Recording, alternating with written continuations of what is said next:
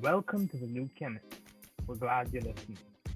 Feel free to download this podcast on Google Podcasts, Apple Podcasts, Spotify, and other platforms. Here on the new Chemist, we discuss chemistry, which simply put is the science of change, as well as careers, community, research, and COVID 19. We're happy you're tuning in.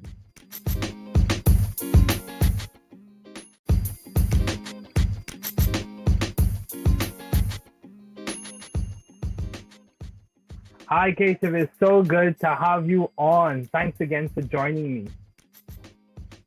Let's get started. What have been your long-standing interest in the field of science? Yeah, so I've been interested in science for such a long time, since childhood, really. And there's a lot of different things that brought me to it. And I think the first and most important one was just the constant kind of learning and evolving that science occurs through. And if you're someone that practices science or is part of the scientific field, you go through the same kind of development and evolution as well. You are constantly learning things. Every field is constantly evolving. So you're never stagnant. You're always changing as times change, as things change, everything changes. So you change with it. And I think the second thing that really drew me to science was that you're able to make a real tangible impact on people's lives. With your understanding of science and your understanding of how things work, you can manipulate things and change some things so that you can, potentially fix some problems or even be proactive about things to really make a significant impact upon people in the world that we live in.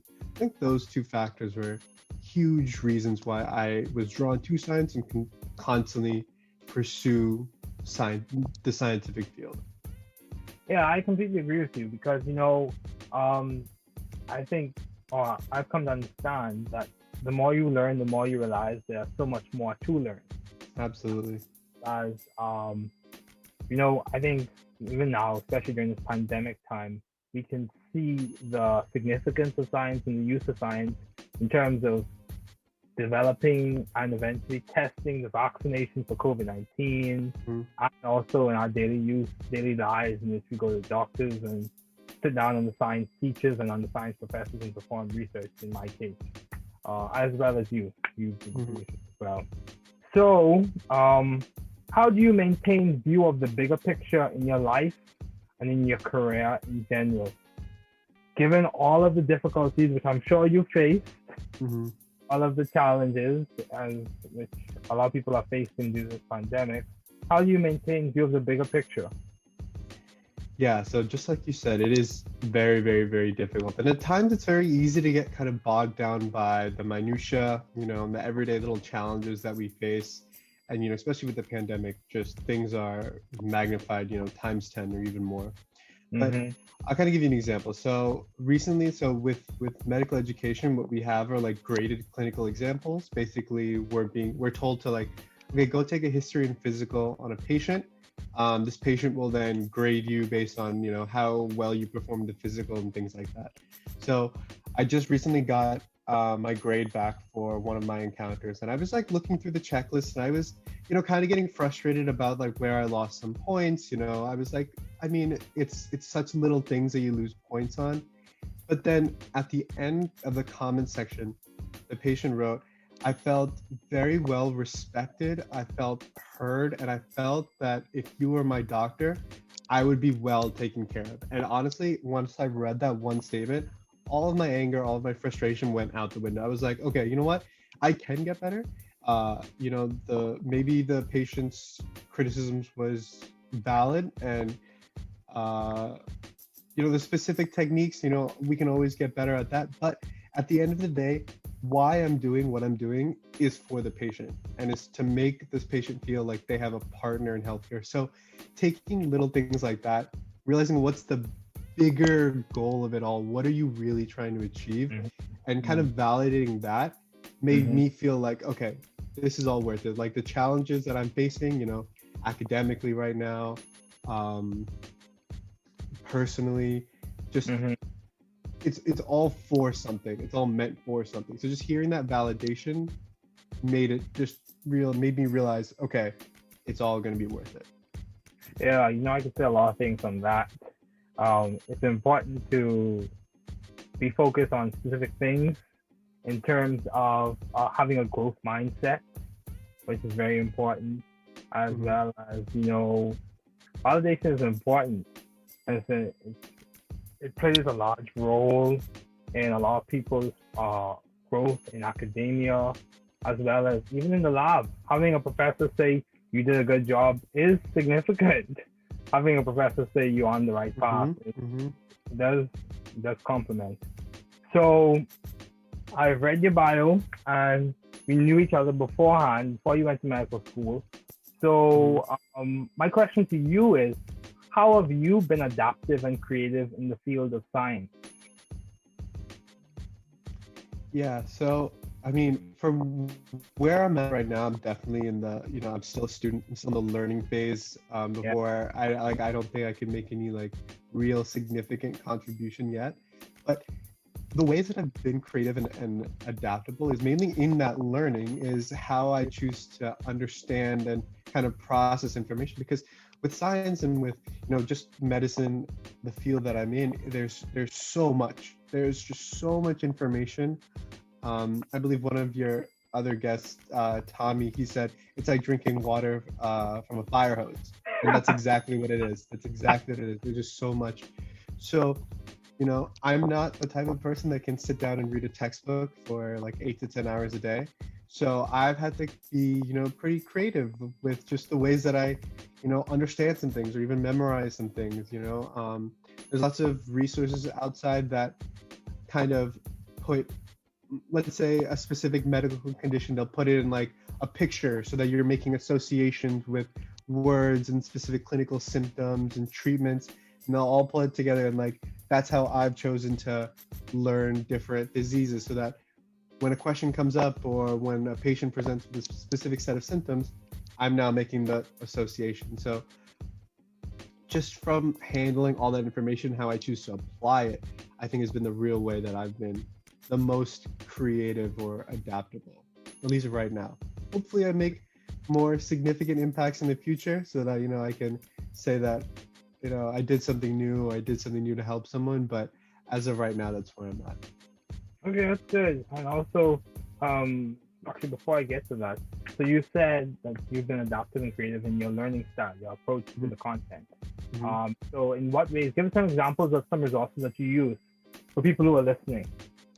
Yeah, so I mean, there's tons of things out there, specifically for medical students. I'm sure that they've all heard of this, or if you're going into medical school, you'll definitely hear about these. But Sketchy is a big one.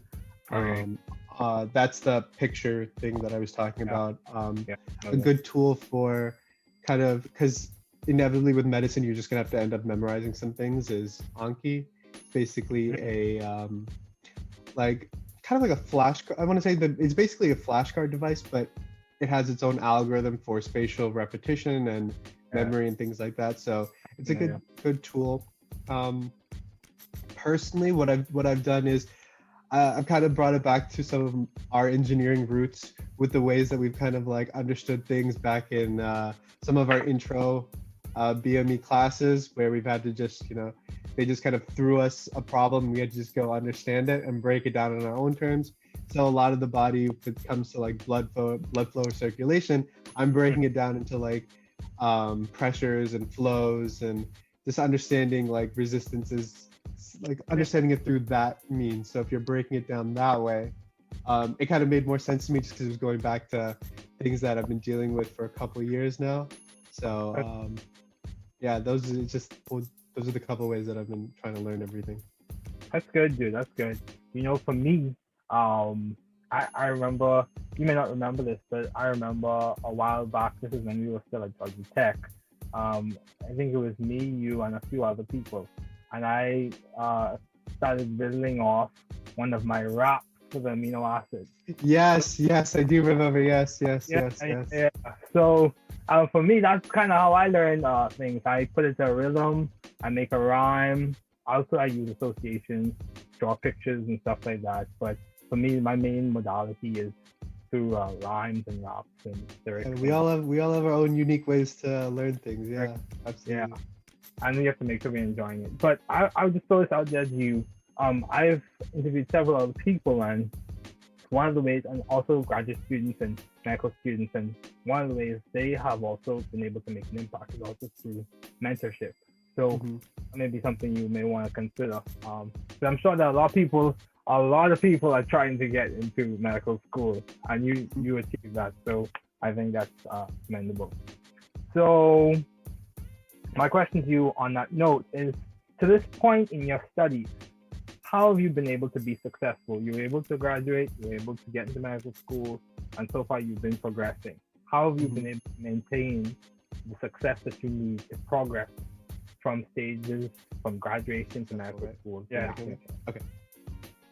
Yeah. So the question itself is very focused on me, but when I think about why I'm where I am is mainly because of the people around me. I have to give a ton of people a lot of credit for helping me out through the entire process, starting with my family, who's just been there for me through everything. My mother is a physician, so she's been a wonderful role model and a leader, basically guiding me, throughout the medical field. And whenever I have any challenges, she's just like, "Yep, I face the exact same thing. Don't worry, kid, you're on the right path." But then also my friends, who are basically my second family. They've been there for me through everything, personally, academically, any problems that I've faced. They've been there for me. They're the reason that I feel like I've grown as a person throughout the years. They've challenged me. They've supported me. They've taught me things. I've taught them things. So both just the people around me has been a major reason why I'm at where I'm at. And I don't think there's anything really special about me. I think I'm just persistent. I'm stubborn. If I fail one time, I'm gonna get right back up and keep trying until someone else, until I just can't keep going anymore. So I think that's really the only thing. I'm not like the smartest person. I'm not the most talented, but I'm persistent. And I think maybe that's probably the only thing that's kept me going, really. That's good. Yeah, for me too. It's the same. I'm not any genius or anything of that sort, but one of the things I do say, or one of the things I do is I work hard. And I believe in being persistent. It's interesting that you use the word stubborn, because one of the professors from MIT that I interviewed said the exact same thing about himself. He said, I'm just stubborn. Yeah, I stick with it and I go along, as he was discussing his work in terms of the COVID-19 pandemic and his contributions there. Also, continuing on, how have you thought or found the right environment for you to thrive scientifically and intellectually? In other words, why did you choose Georgia Tech, and why did you choose New York Medical College to study medicine? Well, I guess from a general point of view, when it comes to the environment, just like I said before, it's surrounding yourself by the right people. Those people have caused me to grow both personally and academically. And then when it comes to both tech and YMCA, well, I chose tech mainly because it was first of all away from home. I had grown up in the Northeast for 18 years at that point, so I just wanted to kind of leave and go somewhere different. And tech was different. It's in the South, completely different in the Northeast, and there was no one that I really knew at tech. I was kind of just on my own. There was no if I went to, let's say, a local university, I could always come home if things were difficult or I just wasn't feeling right. But when you're like 800 miles away, it's a little bit more difficult. So I was kind of out there on my own, which I wanted to be. I just wanted to see if I could make it. Okay. And then when it comes to NYMC, I think at that point I'd realized that, okay, I think after 4 years of being on my own, I can do it. And then I chose NYMC mainly because of the opportunities and the proximity to New York City. So and just the opportunities that it would afford me, tons of hospitals, tons of different populations, like it's a diverse population, kind of the patients that we treat, whether it be in the Bronx or Manhattan or Westchester. It's whole different subsets of populations, so we see a whole different All right. disease profile. Yeah, so it's just the variety. I think that's what really drew me there. Okay, good. Yeah, dude, diversity is so important. And I think diversity complements the learning in several ways, and not just with diverse populations. So, you said you were in New York City. So, my question to you is, how have you been able to matriculate with the COVID-19 pandemic and clinicals and being in New York? How has that interplay between those three variables? How has that played out? Yeah, it's been very difficult. So I actually started medical school last year before the pandemic started. So that was kind of like normal and baseline, and just Uh, comparing last year to this year. So this year completely virtual, all classes are virtual, very few clinical encounters. okay. So basically kind of the way med school works is your third and fourth year are purely clinical. You're Mm-hmm. in, some rotation site constantly, but first and second year they kind of try to get your feet wet, but with just the amount of restrictions and um, the amount of kind of safeguards that you have to go through, it's been very difficult. Thankfully our school has been really trying to get us still into clinic somehow, some way. So when I do go back to campus, they're gonna start giving us preceptors or mentors that we'll be able to shadow and potentially work with some patients. So it's been very difficult for sure, but I think you know you can't avoid the pandemic one way or another, especially if you're trying to go into medicine. It's a reality of life. So Yeah. you kind of have to take the right safeguards and just kind of get in there and do what you can to really make a difference. Yeah, I agree. You can't avoid every difficulty. You can't avoid. Many times you have to embrace. You have to acknowledge it, embrace it, come up with a strategy to deal with it, and progress through it. Hmm. So, yeah, dude, I Yeah. agree. Even for me, I'm in graduate school right now, and the pandemic has affected us in terms of the formality of the instruction and even with lab interactions. So, I completely agree. Um, so, given your responsibilities and accomplishments, how do you maintain a I've been really balanced trying to life? stress in medical school right now is to avoid physician burnout and maintain some sort of work-life balance, because it's so easy to get lost. And I could definitely get better. I'm not going to say I'm an expert at it at all, but I think for right now, what's worked best for me is just physically schedule in breaks. Like I've turned into a big scheduler. I like to know what my day is going to be, and I Mm-hmm. schedule breaks, just force myself to take a break somehow, some way. I literally will write down, okay, lunch, go make food, or go take a shower now. Like it's to that point. um I'm also a big sports guy, so thankfully, like, there are some sports on and they're usually at night, so that's usually when my break is, whenever Yeah. one of the games is on or Well, something like that. So yeah. yeah, it's a nice way to like kind of schedule my break around something that's already a preset time. But other than that, sometimes you just feel like cooped up in my room all day. That's where I do all of my studying. So I just feel, locked in my room all day. So sometimes I just go out and run just to like get the blood pumping and just, see the outdoors for the first time in a couple of days. So just Yeah. I agree. physically putting it in my schedule and, forcing myself to do it really really gets me to take it. And then I think the most important thing is when you're taking your break, fully enjoy it. Sometimes what I used to do in undergrad was, okay, I'll watch the game, but I'll also like try to do some studying on the side, some like busy work that I don't really need to pay attention with, and you end up not getting either done. You don't ever watch it fully, and you don't ever get the work done properly. So I think I Wow. realized that you need to fully focus. Don't multitask. Don't try to like do it halfway. Fully enjoy it, and then when you're done, fully get to work. Yeah, I completely do. That's what good. That's good. That's very good. I might take something to write this down. Because in several ways, um, when we decide to rest, I think we should make sure that we're intentional with resting, Hmm. not just trying to, out of guilt, I'm going to do some work on the side as Yeah, well, yeah, or go to the gym, and then you carry a book with you, like a textbook yeah, or something of that yeah. sort. So yeah, I completely agree. I'm there. I'm there with you in terms of making sure you fully rest. So, continuing on, why did you choose biomedical engineering as a field to major in during your undergraduate year? Why did you choose it? Yeah, so it was actually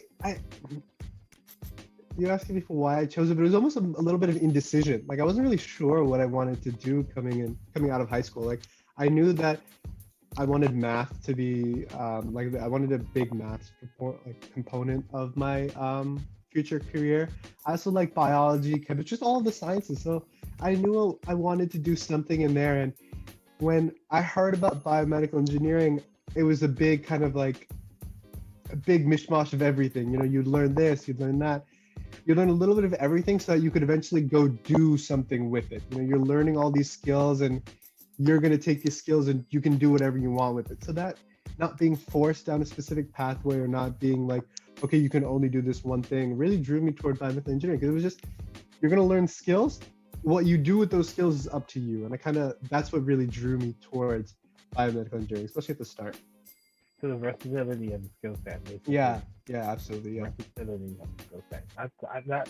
And you know, for me, what drew me to biomedical engineering was I was interested in device design. So at the time, so those are things that drew me. So why did you choose medicine as a field to do your doctoral studies in? Yeah. Why choose medicine? Almost like the med school interview question. Why choose medicine? Why? Yeah.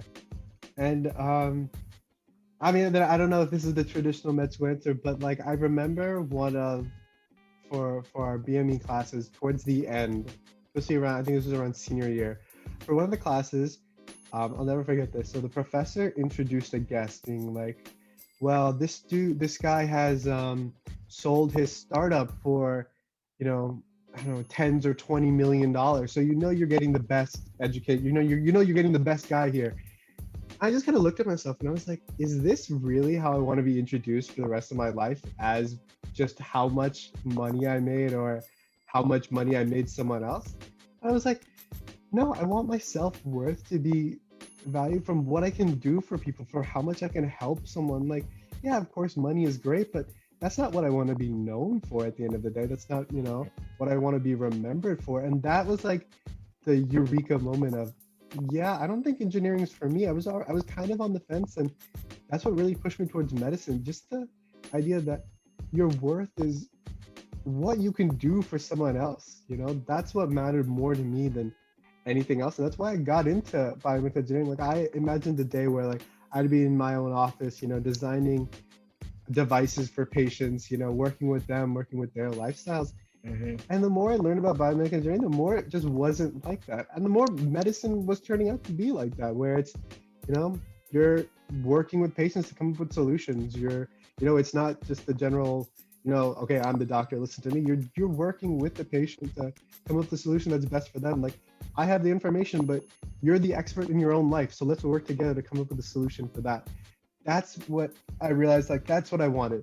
And that's what I'm getting from medicine. And that's why I chose medicine, and I'm so happy I stuck with that choice for that reason. Right, that's very good. I completely agree.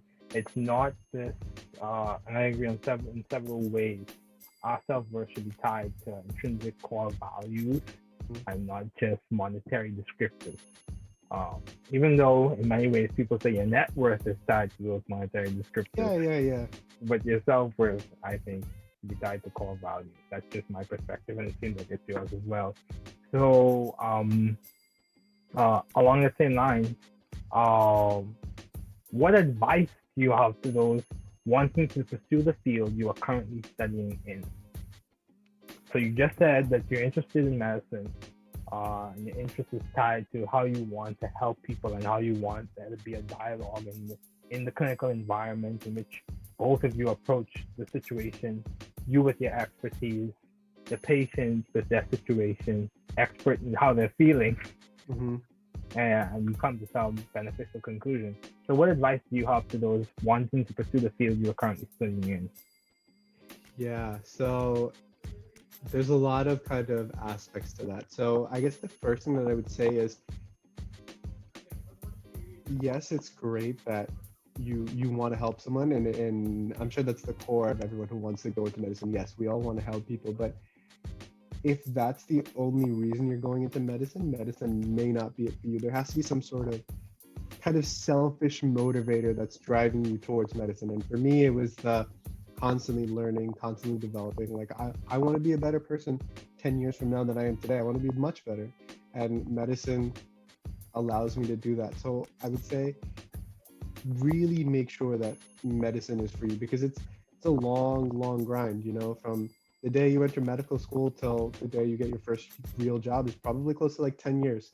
So to go through 10 years of school and then residency and then fellowship or whatever extra schooling you want to do, you have to make sure that there's something in it for you, that there's some internal gain that you are getting from medicine that no other field can give you. And that's what will really drive you to be the best physician or whatever role of healthcare you want to be. Other than that, you know, be patient and be persistent. You know, it's a long grind. Um, like a lot of people, what they do is they go into a career right out of college, and then once they're done with that, they choose to commit to medical school. So there's no real rush, you know, being like, I have to go straight into medical school right out of undergrad. Absolutely not. The average, I think the average age of my incoming class was 27. So if you're graduating around 23, 24, you know, people have worked for a couple of years. A lot of students have children, have families. So, you know, like have a life outside of medical school. If you want to have a life before medical school, that's absolutely fine. You know, just be patient. You know, if you have to apply multiple times, if you have to redo some coursework, redo the MCAT, it's all perfectly fine. You know, it's a long journey. No one really cares if you did it right the first time. Just do the best that you can in every aspect. Yeah, that's basically it. Good, that's good. Being patient and persistent, because at the end of the day, we're all on a journey, and also our paths are different. So just because one person went to medical school in 2 years after undergrad, or 1 year, or did the traditional, or just went directly after, doesn't mean you have to do the same. Absolutely. All that matters is the care that you can give to the patient. So whatever gets you to do the best for that, that's all that matters. Doesn't matter what path you take. You said that perfectly. Yeah. So, Kesha, what has been some of the most beneficial advice you have received? So advice that I've received. So I wouldn't say this has been explicitly told to me, but I think what all of my mentors have tried to really emphasize upon me or get me to do it. I think the best way to sum it up is, you know, fall in love with the process of becoming great. You know, really enjoy really enjoy the kind of struggle that you're going through now. You know, for yes, it's for some other bigger picture goal. Like, yes, me, you know, studying right now is to eventually become a doctor. But if I don't enjoy it now, I'm not going to enjoy being that physician. I'm not going to enjoy the work that I'm eventually going to have to do. So really enjoy the struggle, the hard work, all the skills and experiences that you're learning, all the kind of mistakes that you make throughout the process, because that's what you're eventually going to learn from. You learn more from your mistakes than all of your successes. So really just enjoy that process. Get good at just getting back up after you make a mistake, and, you know, keep going. That's the only way that you're going to learn. And I think people showing me that really taught me to be persistent and taught me to just keep going no matter what, because that's the only right thing to do. Just keep going. Yeah, that's good. Yeah, it's important to embrace the struggle and you know, a process to become doctors, lawyers, accountants, professors, technicians. It's important to be a person of value, not just someone who can bring value and someone who has core values and who lives with. Yes, and I think it's also important to watch out for the destination fallacy, in which you think, I must arrive to this place, then I'll be happy. Or I must arrive to this next phase, then I'll be happy. Absolutely. And, yeah, dude. So my last question for you, Kesha, before we conclude, perfect scenario. Given this pandemic, I take it we all have had situations where we could say, I wish something was a little different. If you had to come up with a perfect scenario in the next 5 years, what would it be? Within the context of your medical education and life, what would it be? Well, That's a great question. And I think my first, I don't know if this would be my answer maybe in a couple of days, but my first gut reaction went to kind of something that I've been thinking about for a while, is that this whole pandemic has kind of taught all of us the importance of health and hygiene. You know, Yeah. just taking everything very seriously. You know, it's very easy to catch a cold or, catch the flu. We see Mhm. how easy it is to catch COVID just from, going outside, going to a restaurant. You could still be masked up and you would take all the proper precaution. You could still, still catch a virus. So I think the perfect situation for me right now is that we all take our health a lot more seriously. We Mhm. understand how fragile it is and Mhm. how truly important and precious our health is, and how much we need to take care of it for the long term. I think for me right now, that's the answer that I would say is a perfect scenario. No, that's good. It's important for everyone to realize that their health and your health is very important. So, Kesha, thanks again for joining me today. It is good to have you on. It was good to have you on. Thank you.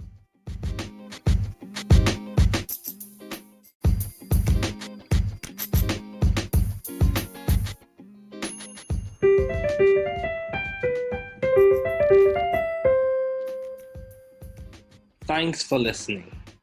We're glad you were able to tune into this podcast. Once again, this is the New Chemist, where we discuss chemistry, which simply put is the science of change, as well as the other sciences, careers, community, research, and COVID-19. Thanks again for listening. Note, the views on this podcast represent those of my guests and I.